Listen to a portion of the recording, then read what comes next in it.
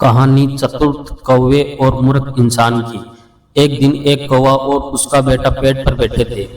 कौवा का बेटा उसके पिता को बोला, पापा मैंने आज तक सभी प्रकार की मछलियां खाई है, पर दो पैर वाले इंसान का मांस कभी भी नहीं खाया है। पापा कैसा स्वाद होता है इस दो पैर वाले जीव के मांस का। कौवा बोला, आज तक मैंने जीवन में 3 बार इंसान का मांस खाया है, बहुत स्वादिष्ट होता है। बेटा कौवा तुरंत जिद करने लगा कि वह भी इंसान का मांस खाना चाहता है।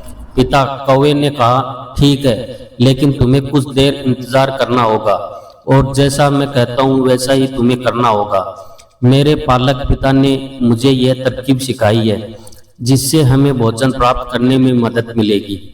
बेटा कौवा ने कहा। तब पिता कौवे ने बच्चे को एक स्थान पर बिठाया और वह कहीं पर उड़ गया। थोड़ी देर बाद जब वो लौट कर आया तो उसकी चोंच में मांस के 2 टुकड़े थे। उसने एक टुकड़ा अपने मुंह में रखा और दूसरा टुकड़ा बच्चे के मुंह में दे दिया। टुकड़ा मुंह में लेते ही बेटा कौवा बोला कि पापा यह कैसा दुर्गंध युक्त मांस ले आए हो आप, ऐसा खाना मुझे नहीं खाना। पिता कौवे ने कहा कि रुको, वो टुकड़ा खाने के लिए नहीं है बल्कि फेंकने के लिए है। इस एक टुकड़े को लेकर अब हम मांस का ढेर बनाने वाले हैं। कल तक इंतजार करो, देखना तुम्हें मांस ही मांस खाने के लिए मिलेगा, और वह भी इंसानों का। बेटा कौवे को कुछ समझ में नहीं आ रहा था कि एक मांस के टुकड़े से मांस का ढेर कैसे बनेगा, लेकिन उसे अपने पिता पर पूरा भरोसा था। थोड़ी देर बाद पिता कौवे ने एक टुकड़ा लिया और आकाश में उड़ गया और उस टुकड़े को एक मंदिर में फेंक दिया। कौवा वापस आया और दूसरा टुकड़ा उठाया और दूसरा टुकड़ा एक मस्जिद के अंदर फेंक दिया। फिर वह आकर पेड़ पर बैठ गया। पिता कौवा ने बेटे से कहा, अब देखना कल सवेरे तक इंसान का मांस खाने को जरूर मिलेगा। कुछ देर बाद हर तरफ अफरा तफरी मच गई। ना कोई किसी के सुन पा रहा था और ना ही कोई भी किसी को सुन रहा था। केवल धर्म के ही बारे में आवाजें उठ रही थी।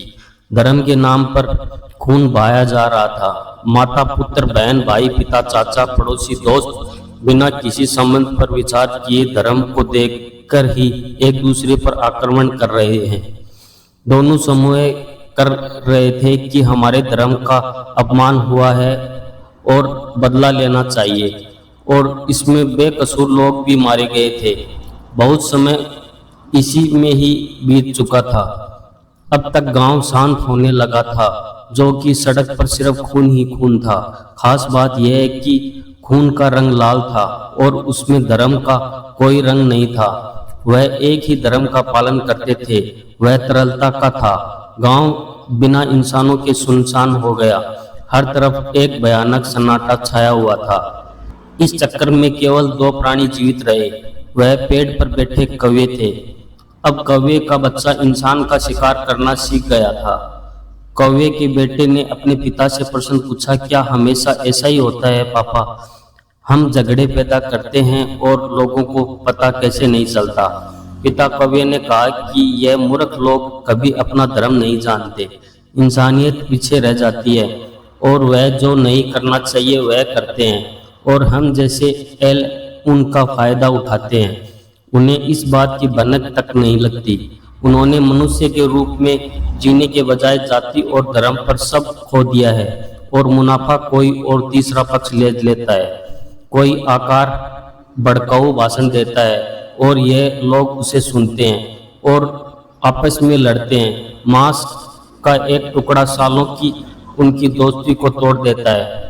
वे एक दूसरे को मार डालते हैं और मुझे नहीं लगता कि वह भविष्य में भी पर्याप्त बुद्धिमान होंगे।